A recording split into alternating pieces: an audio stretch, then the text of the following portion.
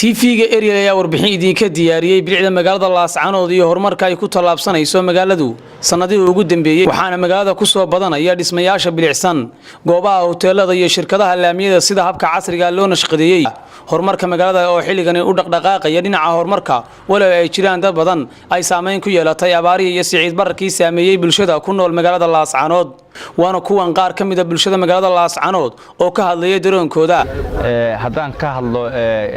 guud ahaan gobolka Sool xagga ganacsiga waxa uu maleynaya hadda sanadkan iyo wixii ka dambeeyay gobolka ganacsiga kor buu kacay aad buu u fiicnaa tusaale badan baa ku soo biiray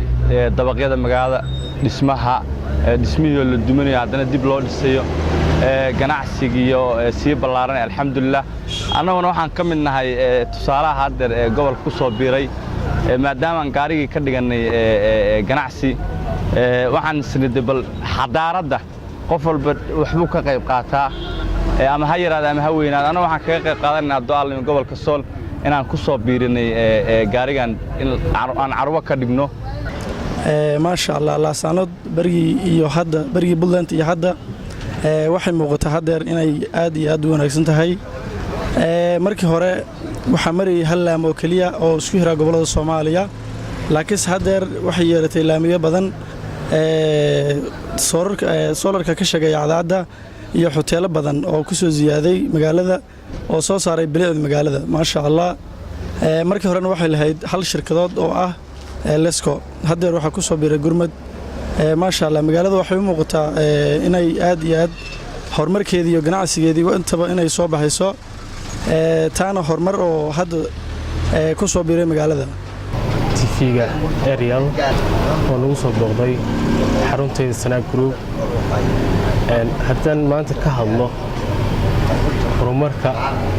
gobolka Sool ka socda ay ka mid yihiin qaybo badan sidoo uu ogsoonahay sanadkii tagay waxa gobolka laga hirgeliyay horumar la taabsan karo oo maanta ganacsiga magaalada ama maanta dhaqaalihi magaalada uu kor u kacay sidoo uu ogsoonahay haddaan mid u taabto horumarka gobolka uu gaaray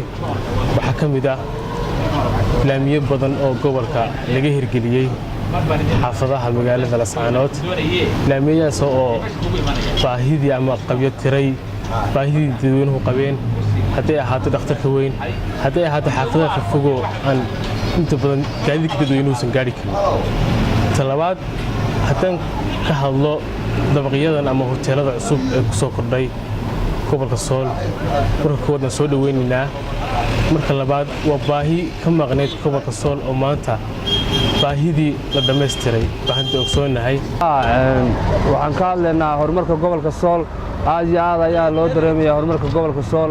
qayb ka mid ah dhismayaasha ganacsiga horumarka laamiyada jidadka iyadoo ay aad iyo aad uga qaatay Soomaaliland laga dareemayo intii ay Soomaaliland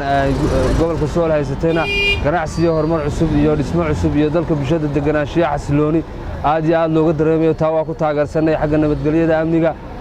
xagga ganacsiga horumarkana magaaladu iyo dabaqyada iyo sida dhiseenka loo sameeyay hadda aad iyo aad ay magaaladu qurux badan tahay kale dadka jaaliyadaha iyo dadka wadanka iyo